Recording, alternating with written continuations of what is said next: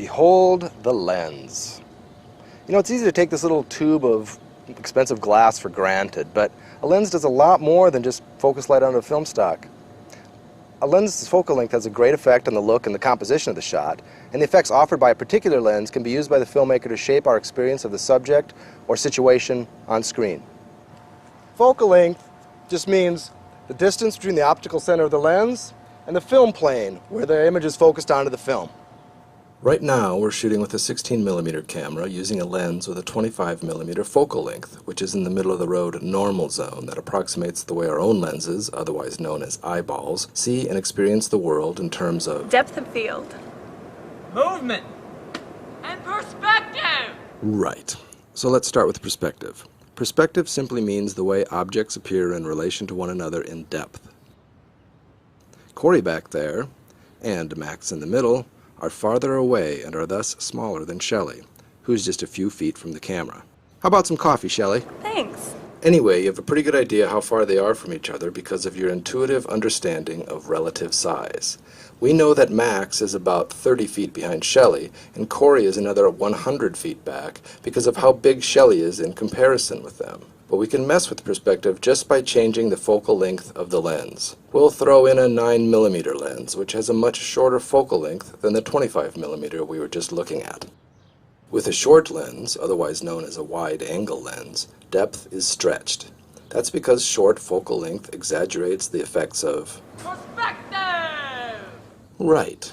Teeny tiny fuzzy Corey back there looks much farther away than he actually is, and the perceived distance between all three subjects appears much greater than it actually is. But if we switch to a telephoto lens with a long focal length like this 120mm, Corey, Max, and Shelley all look much closer together now. Why? Because their relative size and frame is pretty similar. Long lenses compress depth, negating the effects of Perspective! Hey!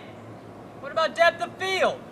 Well, depth of field refers to the depth, or space, in front of the camera, and what portion of it is in focus.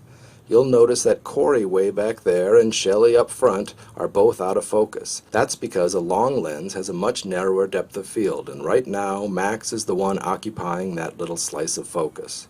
Of course, by adjusting our focus ring, we can move that slice of focus wherever we want it. Well, you'll have to wait because it's time to demonstrate how focal length affects movement through depth. But first we'll have to change back to a medium-length lens that approximates human vision. This shorter lens has not only greater depth of field, but delivers a pretty normal view of movement through depth. As our stars cross the bridge, they get closer and thus larger at a rate which matches our expectation of how the perspective of a walking subject should shift as it approaches us. Where's the cooler? Here, the space stretching effect of this short lens makes the bridge seem much longer. So, as they approach, the exaggerated depth effect makes it seem like they're covering more space than they actually are, which increases the apparent speed of their movement, which gets even more exaggerated when they get right up close.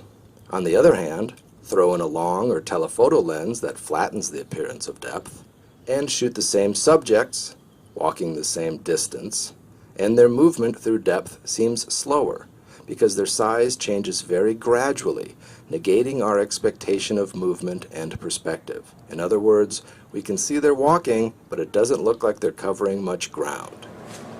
And that is focal length in a nutshell. Cut!